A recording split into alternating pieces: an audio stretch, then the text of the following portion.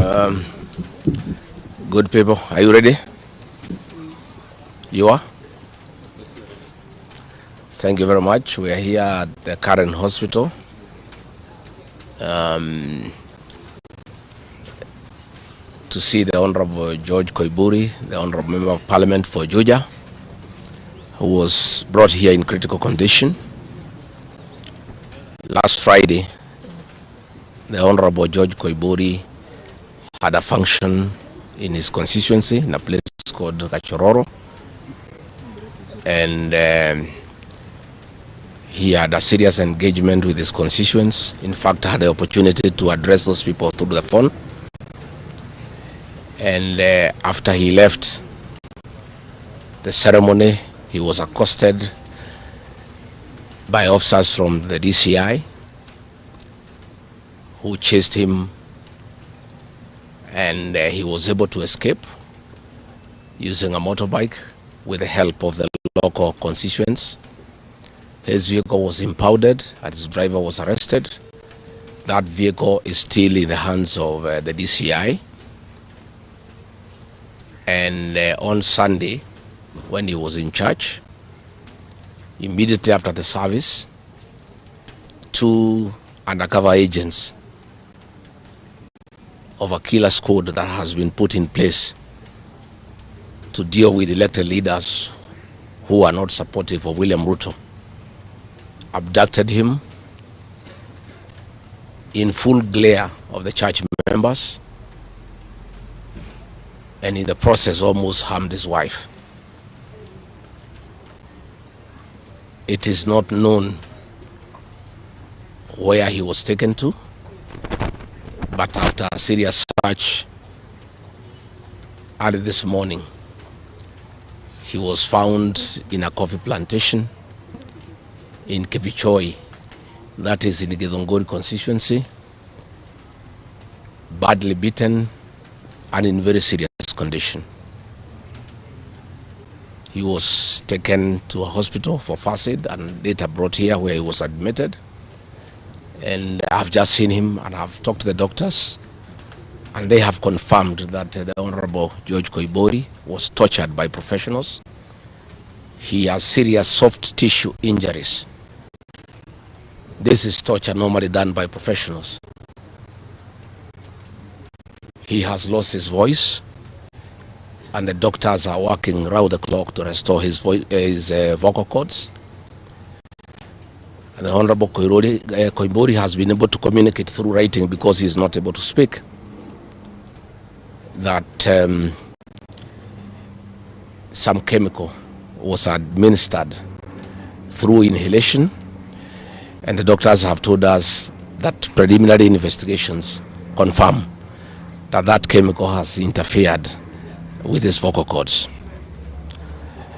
The doctors have assured us they are doing everything within their power to make sure that he is out of danger. They have taken blood and urine samples to private laboratories, different ones, so that they can establish what could have happened in matters poisoning. You remember last weekend I said that a special squad had been set aside, and now we have confirmation that President William Ruto, CS for Interior Kipchumba Murkomen, and the Deputy Inspector General, Mr. Eliud Langat, all from the Kalenjin community, have put up a squad to deal with leaders who are opposed to this regime.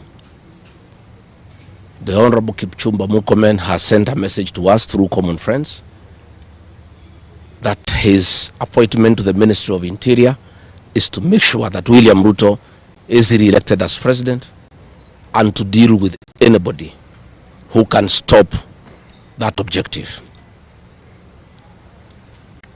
Officers from the National Police Service has confirmed to us that a special squad of 20 police officers from the Nandi sub-ethnic community are the ones behind the abduction of George Koiburi, and they are the ones that were deployed in Kakamega to target the Honorable John Methu and Karungo Athangwa specifically.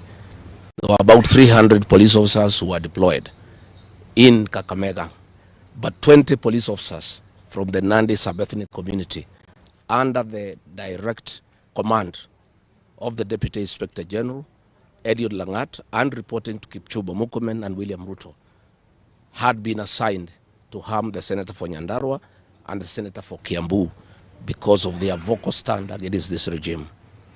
Let me say that I want to appeal to the international community to rescue this country. William Ruto has become a very vengeful dictator, and his activities are similar to the one by Dr. In Dada and Mobutu Sese Seko.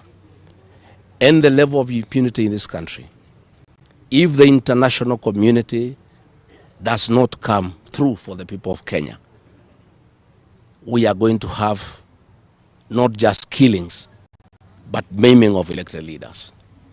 What has happened to the Honorable Koimbuli is a very deliberate attempt by William Ruto, Kipchumba Murkomen, and Langat to scare leaders who speak out. It is meant to scare them. It is meant to sell them fear so that they can stop agitating for the liberation of this great republic. And I want to say that William Ruto must know it is these leaders, it is not these leaders who are against his rule. It is the people of Kenya. These leaders are simply articulating what the people of Kenya are saying. And even if he targets these leaders to kill them, to maim them, he cannot do the same to each and every Kenyan. And I want to tell him to stop spreading the narrative that the rebellion against him is coming from the people of Mount Kenya region.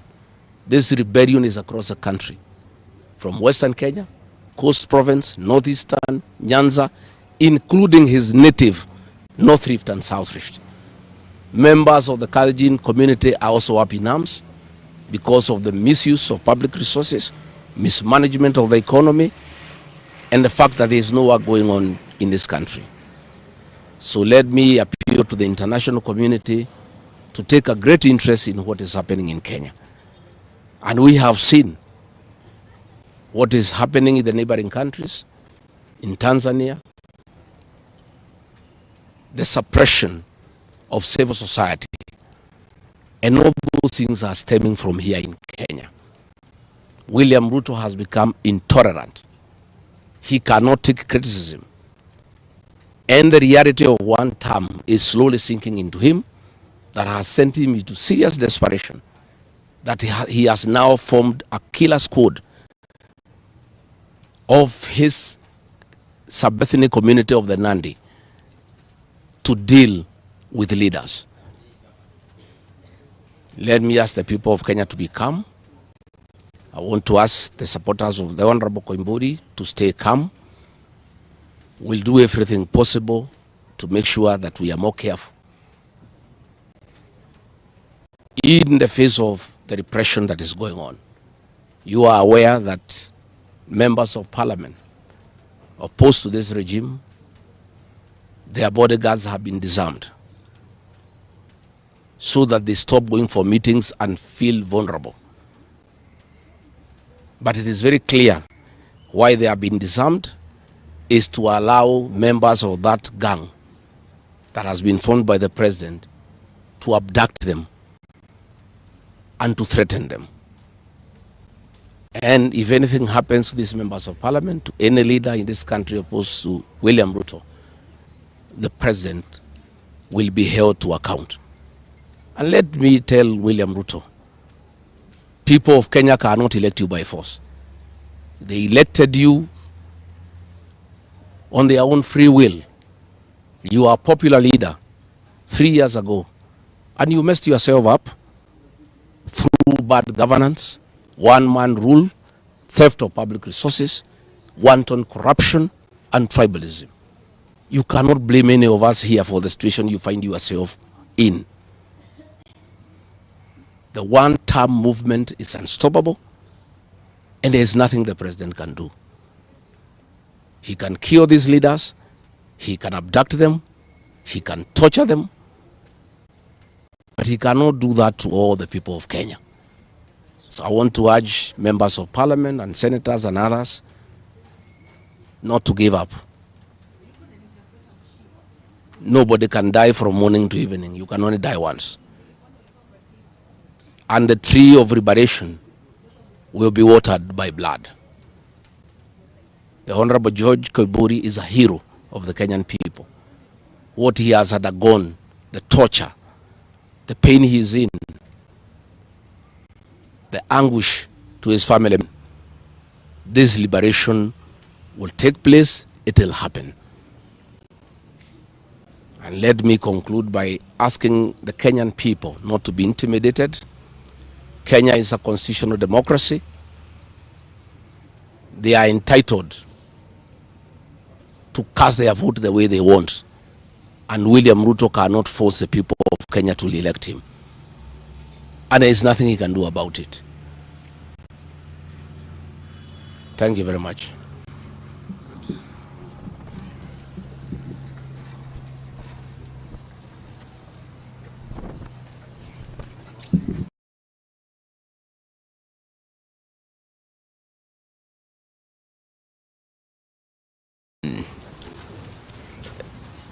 To see the Honorable George Koiburi, the Honorable Member of Parliament for Juja, who was brought here in critical condition. Last Friday, the Honorable George Koiburi had a function in his constituency in a place called Gachagua, and he had a serious engagement with his constituents. In fact, I had the opportunity to address those people through the phone. And after he left the ceremony, he was accosted by officers from the DCI who chased him, and he was able to escape using a motorbike with the help of the local constituents. His vehicle was impounded and his driver was arrested. That vehicle is still in the hands of the DCI. And on Sunday, when he was in church, immediately after the service, 2 undercover agents of a killer squad that has been put in place to deal with elected leaders who are not supportive of William Ruto abducted him in full glare of the church members, and in the process almost harmed his wife. It is not known where he was taken to, but after a serious search early this morning, he was found in a coffee plantation in Kebichoi, that is in the Githongori constituency, badly beaten and in very serious condition. He was taken to a hospital for first aid and later brought here where he was admitted. And I've just seen him and I've talked to the doctors, and they have confirmed that the Honorable George Koiburi was tortured by professionals. He has serious soft tissue injuries. This is torture normally done by professionals.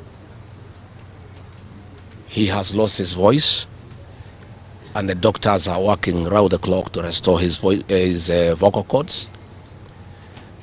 And the Honorable Koiburi has been able to communicate through writing because he is not able to speak. That some chemical was administered through inhalation, and the doctors have told us that preliminary investigations confirm that that chemical has interfered with his vocal cords. The doctors have assured us they are doing everything within their power to make sure that he is out of danger. They have taken blood and urine samples to private laboratories, different ones, so that they can establish what could have happened in matters poisoning. You remember last weekend I said that a special squad had been set aside and now we have confirmation that President William Ruto, CS for Interior Kipchumba Murkomen, and the Deputy Inspector General, Mr. Eliud Langat, all from the Kalenjin community, have put up a squad to deal with leaders who are opposed to this regime.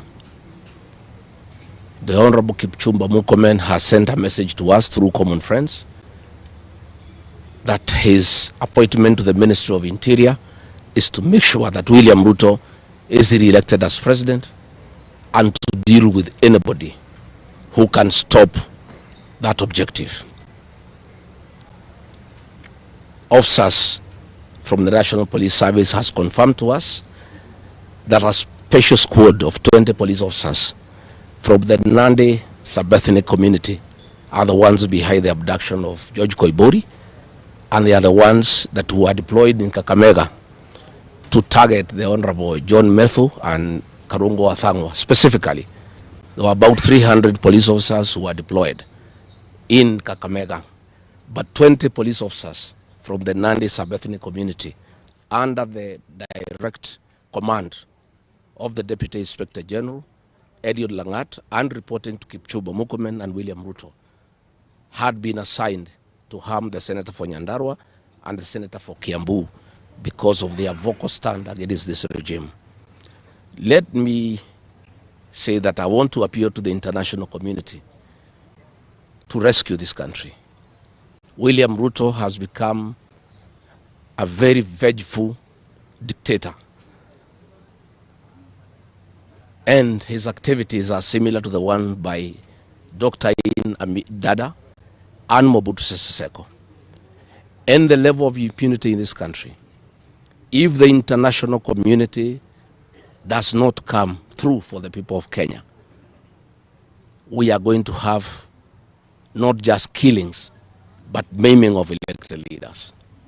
What has happened to the Honorable Koimburi is a very deliberate attempt by William Ruto, Kipchumba Murkomen, and Langat to scare leaders who speak out. It is meant to scare them. It is meant to sell them fear so that they can stop agitating for the liberation of this great republic. And I want to say that William Ruto must know it is these leaders, it is not these leaders who are against his rule. It is the people of Kenya. These leaders are simply articulating what the people of Kenya are saying. And even if he targets these leaders to kill them, to maim them, he cannot do the same to each and every Kenyan. And I want to tell him to stop spreading the narrative that the rebellion against him is coming from the people of Mount Kenya region. This rebellion is across the country, from Western Kenya, Coast Province, Northeastern, Nyanza, including his native North Rift and South Rift.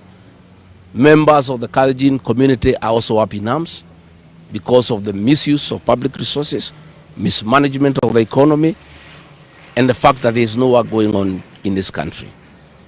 So let me appeal to the international community to take a great interest in what is happening in Kenya. And we have seen what is happening in the neighboring countries, in Tanzania, the suppression of civil society, and all those things are stemming from here in Kenya. William Ruto has become intolerant. He cannot take criticism.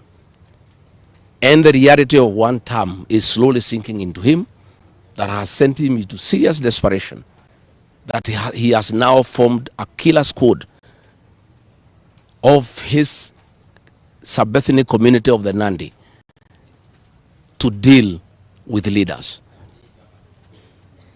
Let me ask the people of Kenya to be calm. I want to ask the supporters of the Honorable Koimburi to stay calm. We'll do everything possible to make sure that we are more careful in the face of the repression that is going on. You are aware that members of parliament opposed to this regime their bodyguards have been disarmed so that they stop going for meetings and feel vulnerable. But it is very clear why they have been disarmed is to allow members of that gang that has been formed by the president to abduct them and to threaten them. And if anything happens to these members of parliament, to any leader in this country opposed to William Ruto, the president will be held to account. And let me tell William Ruto, people of Kenya cannot elect you by force. They elected you on their own free will. You are a popular leader 3 years ago, and you messed yourself up through bad governance, one-man rule, theft of public resources, wanton corruption, and tribalism. You cannot blame any of us here for the situation you find yourself in. The one-term movement is unstoppable, and there is nothing the president can do. He can kill these leaders, he can abduct them, he can torture them, but he cannot do that to all the people of Kenya. So I want to urge members of parliament and senators and others not to give up.